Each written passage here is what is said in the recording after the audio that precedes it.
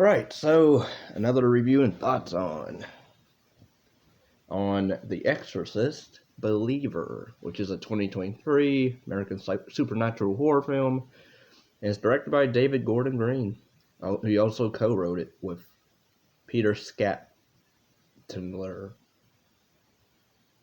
From a story with Scott Teems and Danny McBride, also with Green.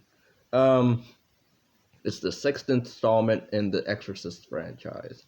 Now, I've not seen the other so-and-so Exorcist films, although I guess you could pretty much call any type of exorcism film the next exorcism film. I mean, I'm okay with some Exorcist films, such as Exorcist of Emily Rose, The Last Exorcism, which was a decent it started out as a decent lost footage film with a concept of exorcism, and then of course it goes typical and bleak ending, terrible, depressing ending of lost footage. But I overall don't mind that film. Again, I have problems with the ending. Emily Rose, I do enjoy. I like the courtroom drama aspects of it. I thought that was different. Now this one, I saw snippets of the sequel, what was it, Exorcist, the Heretic. I mean, that's a much hated sequel, as well as the third one apparently as well. Although the third one's become like a cult, has a cult following. So. But I haven't seen that one. I know that one's with Brad Dourif. But yeah, I own the first film, the 1973 one.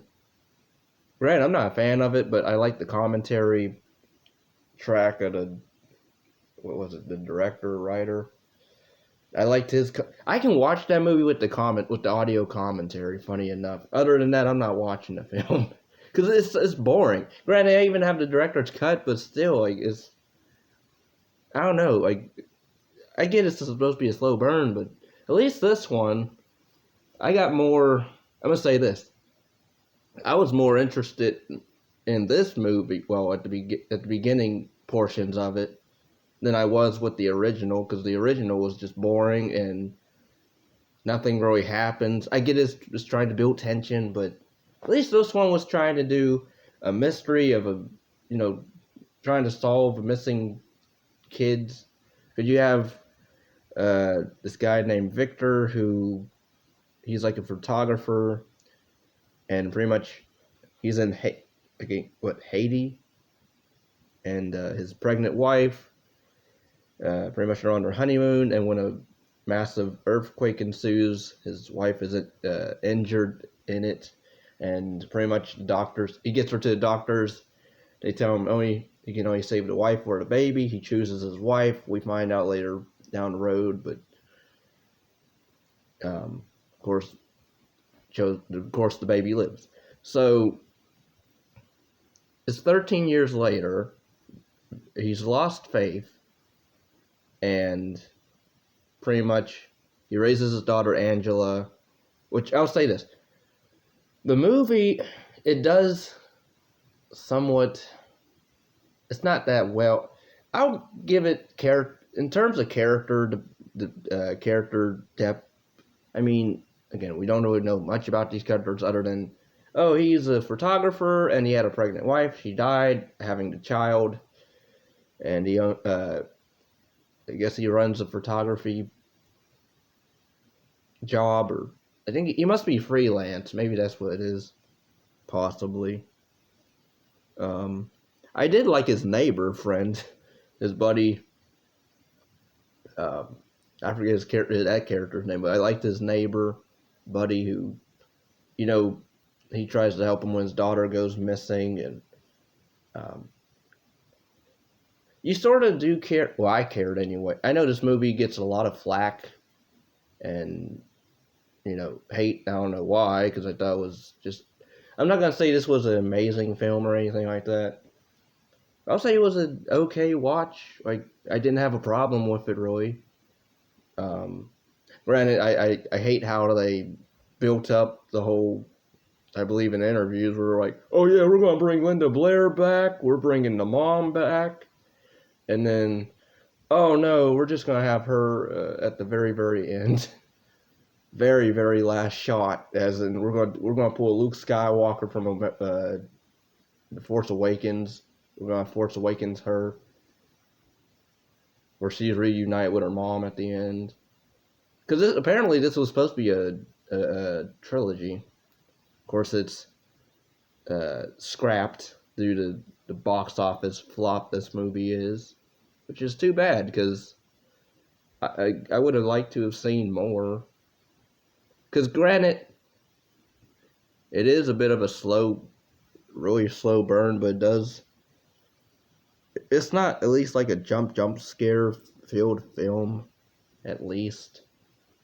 I mean, I did like the stuff with where his daughter Angela, when he finds her, or not when he finds her, but when he brings her home, she starts acting weird, where she starts flicking the lights on and off in the bathroom, and he escorts her back to her room and to bed, and he assumes she goes to bed. So then he goes back in the bathroom to brush his teeth, and then the lights go back off, and then they turn on, and she's back in the bathroom with him. And his reaction, granted, I don't know what else the dad, Victor, the guy that plays the dad, I don't know what else he's been in, but his acting in some of these scenes aren't the best. So, because his reaction to that is like so. I mean, I guess you can say maybe he's in shock or maybe startled, but he didn't show it. He kind of was just a little confused, not even confused, kind of just, and then just like just brushes it off, because then she just creepily says he thought she said or she thought he said something. No. So then she just goes back to her room, and then he just continues to brush his teeth. I'm like, what? Really? And then she attacks him later on in the movie, not almost strangles him with a scarf of her mom's, knocks him to the floor. I thought he would have been knocked out from that the way he hit the bed leg, but nope. And it looks like he wasn't really hurt by it either. Even though it looked, the way his head, I swear his head banged off the bed post or whatever. I guess he's okay. Because then he admits her into the hospital, and then also she's a friend. She's friends with this other girl, Katherine, who she comes from a religious family. So pretty much the two of them go off after school into an abandoned place underground. Because pretty much, I guess the daughter wants to communicate with the mom, and pretty much, of course, she doesn't communicate with the mom. It's something else. And so they get possessed, and pretty much the movie, it turns into a missing persons mystery film. And pretty much, they find the daughters and such, etc. The possession stuff starts to happen. Granted, not a whole lot really happens, because, I mean, once he admits her into the hospital, he goes to, he talks to one of the nurses from the hospital, who introduces him to Reagan's mom, who wrote a book, and we get the backstory of, oh yeah, this is supposed to be a sequel to the original Exorcist, if I didn't mention that. But I'm going through the whole movie, so you don't have to watch it. But like the dad, I mean, he finds Reagan's mom, who I believe her name is Chris, and they talk about Reagan for a minute, and then they don't really mention her ever again after a while. Although, I mean, they do, but I was confused on if the demon was the same. I guess it's the same demon from the first film, who possessed Reagan, I guess, because the demon's like, I know who you are, or the mom's like, I know who you are, and they know who Reagan is, and so I guess it's the same demon. But then I'm like, how's it possessing two people unless it's two demons? Or I guess it's able to possess two people at the same time? I didn't understand that. Unless they brought a buddy from, so-and-so, and, hey, you want to team up this time against, yeah. So, and then the movie, when it does the whole exorcism portion in the third act, I mean, it's not as eventful, I would say. I mean, the looks of the possessed girls are just okay to fine. I mean, granted, I thought they were going to kill Reagan's mom off, because, like, the way what she does in the movie, and her scene with the one possessed Katherine girl in a room. She stabs her pretty much with a crucifix in the eyes, and she survives that somehow, I guess. I guess you can survive being stabbed both times in the eyes and live. Which it seems like in most movies people die from, I guess, you know. But yeah, pretty much.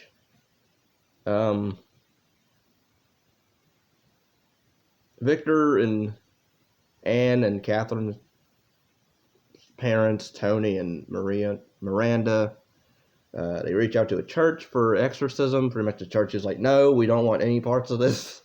So, but then the one preacher guy, or pastor, I mean, he can't do it because the church says no, but then he ends up, by the end, changing his mind, but then that doesn't work out because he dies at the end. So I don't understand how they're not being investigated.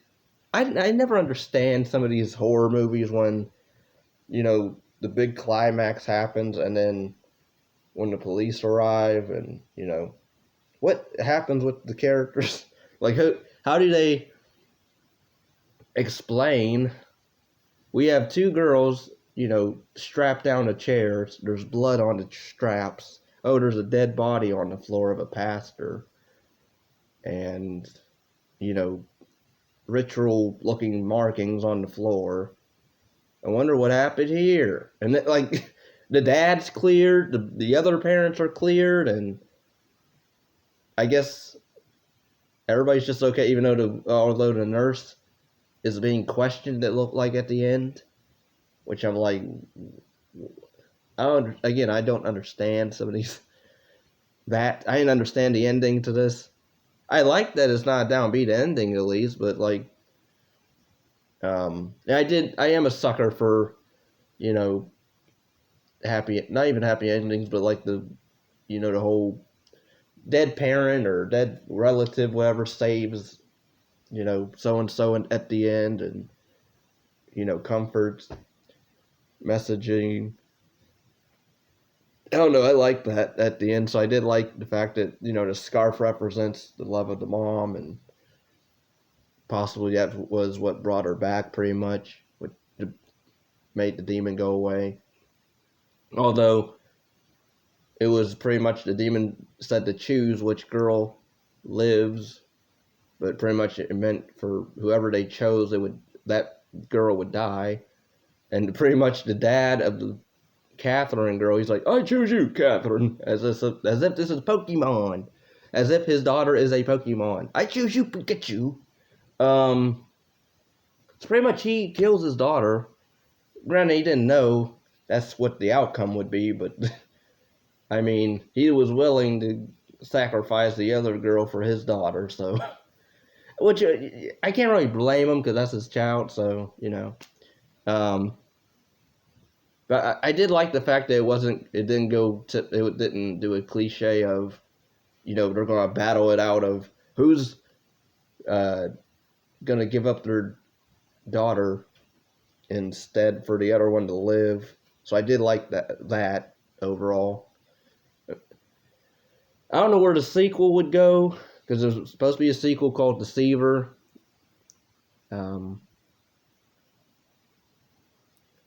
So I don't know what how that would even. I don't know what the sequel would be. I really don't. Um,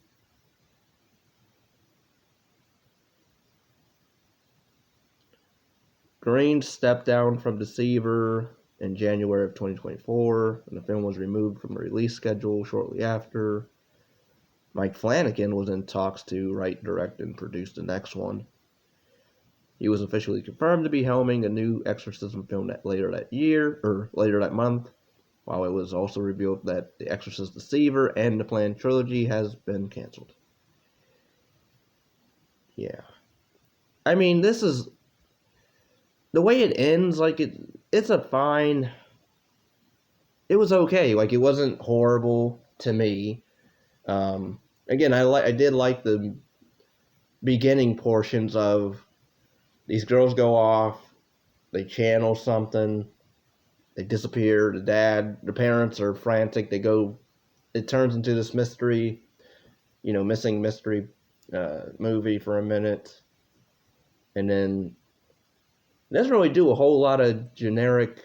I mean, it does have cliche, possession stuff in it, but not a whole lot really happens in this, which I guess is bad for some people.